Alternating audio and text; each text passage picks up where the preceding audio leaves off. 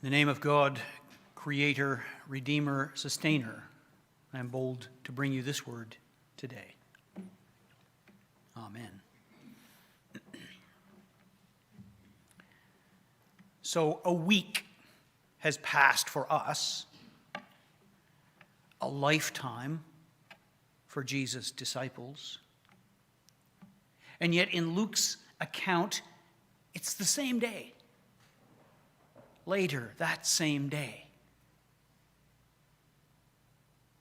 Later, after all the upheaval and amazement of the early morning, after the idle tales of the women had been turned into stories of wonderment, after all that, there is still doubt, there are still questions, still confusion.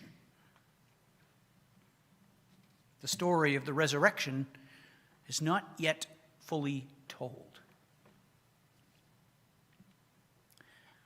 Luke's gospel this morning describes two people, forlorn and confused, trudging toward Emmaus. They were members of that Jesus crowd, and they are joined suddenly by a stranger.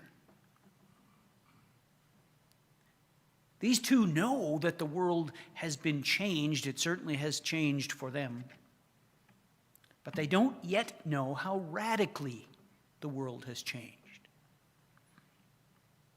Sadness and defeat hang over them like a cloud. Their shoulders are slumped. Their voices are cloaked in anxiety and fear. What should they make of the stories that are racing through the community? Is there any way to take some encouragement from the news that something incredible might have happened?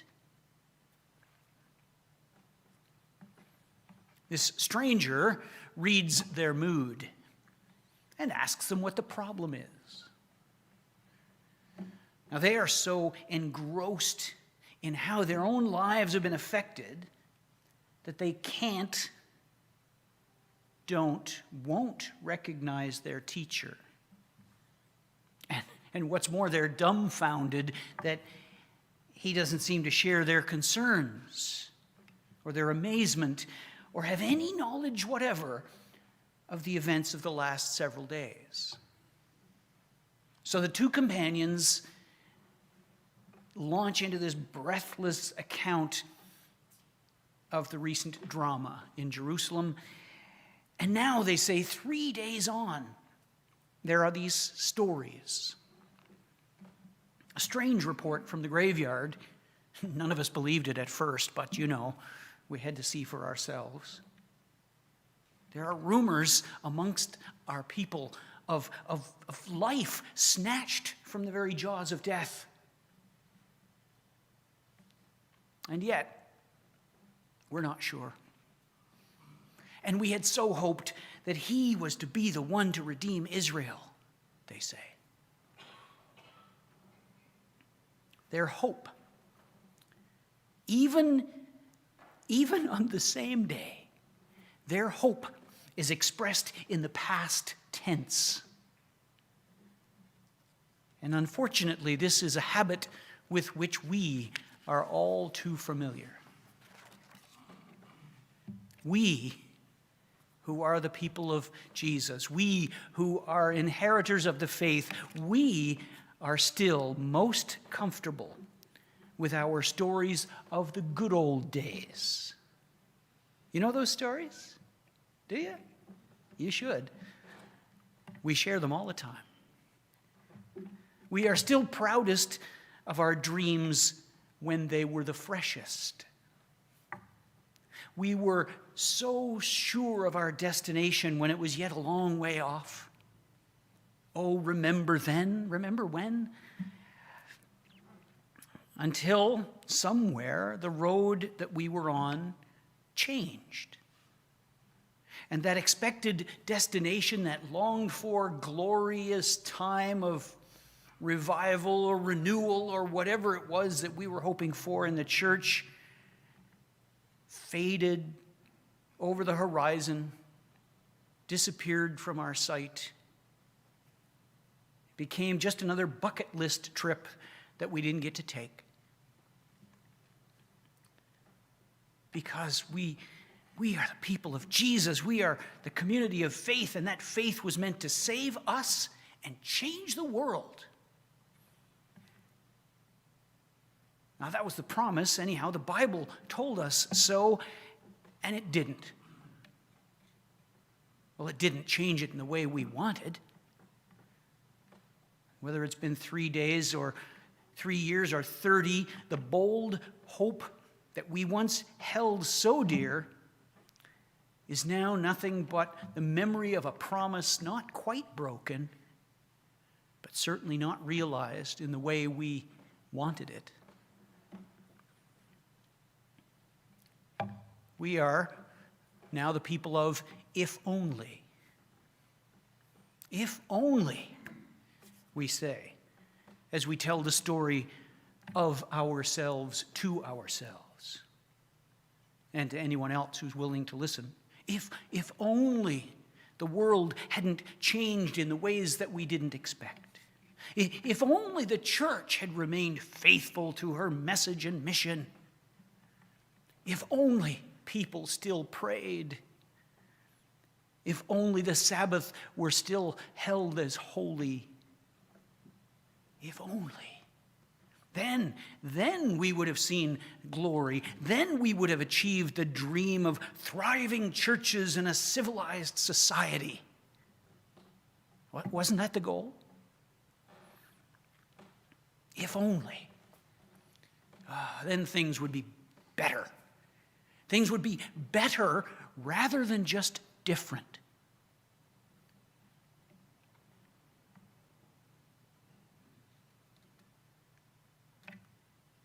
On this first Easter day, as the daylight starts to fade, the tomb, remember, is empty. And Jesus is risen. The world is already changed. It was changed because Jesus was in it. But now that the tomb is empty and Christ is risen, there's no turning back. But even on that day, the problems, the concerns, the worries, the fears that galvanized the various hopes of the crowds around Jesus, none of those problems had vanished. Too much remained the same. The Romans still rule even though the tomb is empty.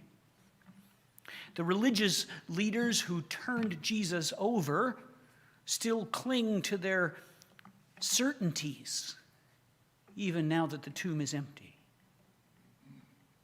People who knew no better still live in fear of oppressive authority of all kinds.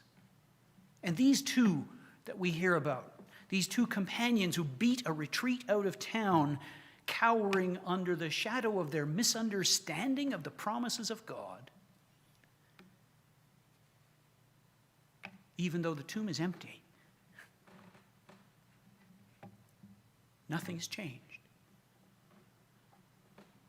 In this moment so deftly captured by the author of the gospel, nothing in the world seems to have changed. And then Jesus speaks. Jesus reinterprets their anxiety.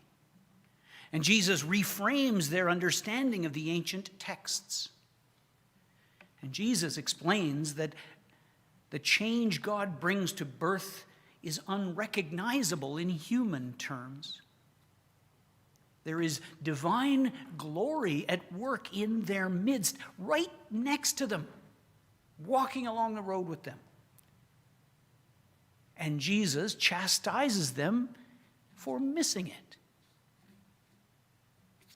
Their version of history has not unfolded. Boo-hoo.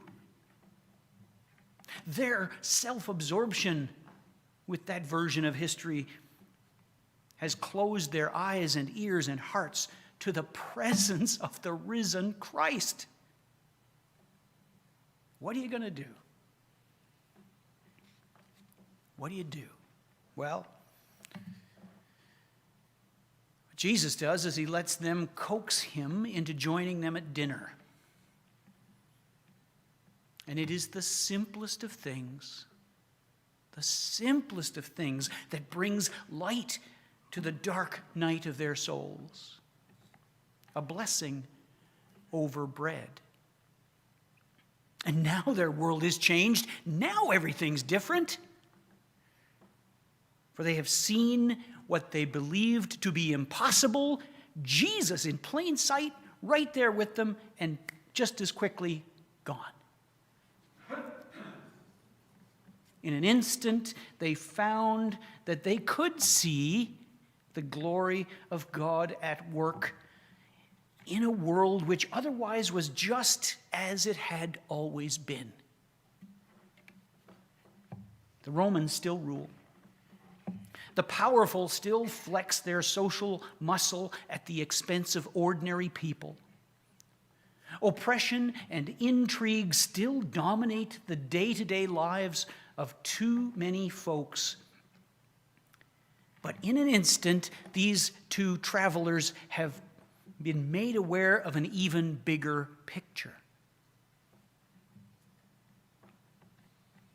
They have seen the glory of the Messiah. They have understood, even if only for a moment, that it's not all about them. Not all about their plan and their idea of what the future should be, could be, might be, has to be.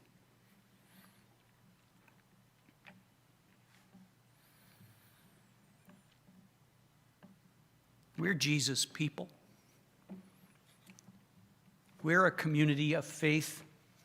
We are not immune to the way the world works, and the way the world affects us can and does make life very difficult.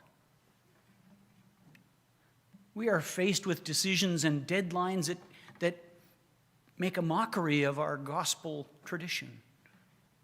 We are limited in our activities by circumstances and made to feel powerless by those who wield power as a weapon. And from within the walls of these holy places, the cry goes up, "What can I do?" Nothing. We are powerless. We must just wait or give in or give over or pray for the end of time.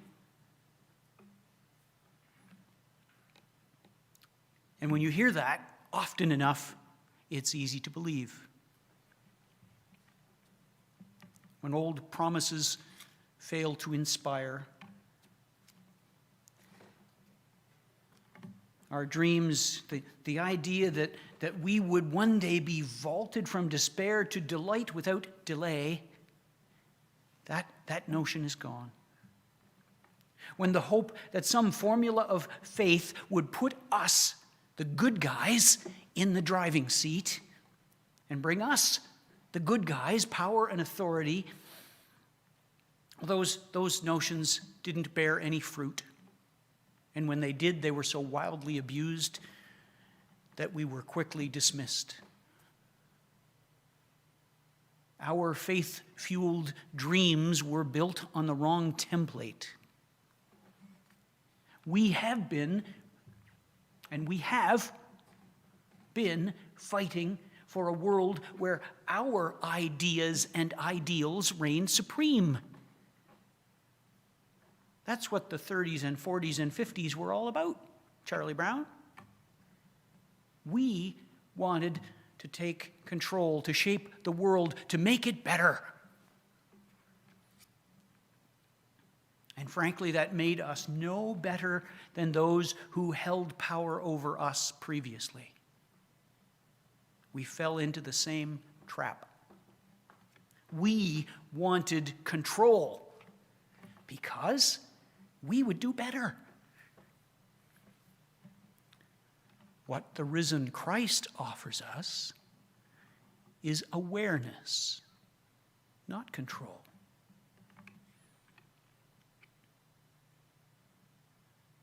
Our intrepid travelers, whose eyes are now open, rush back to the city and tell their Easter story. Their eyes are opened at the breaking of the bread. Their perspective has been changed. The power dynamic is shifted. They no longer want to control things. They don't cling to some notion of the world changed to suit their desires. They have come back to tell the story of God at work in the world just as it is. That's a different animal. That is what we are called to engage in.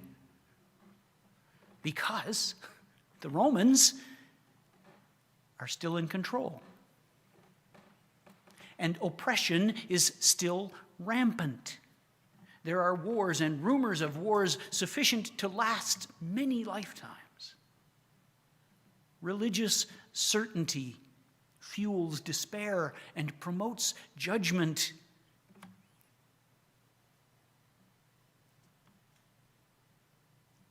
Unless you be tempted to follow that well-worn path out of town, convinced as these two were that all is lost and nothing can be done, remember, even as you walk away from it all, Jesus is there. Jesus is walking with us. Christ is risen. The tomb is empty. The world is changed.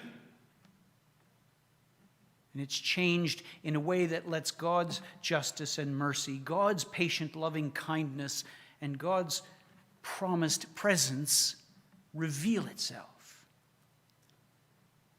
And the only thing that's missing is our awareness of that.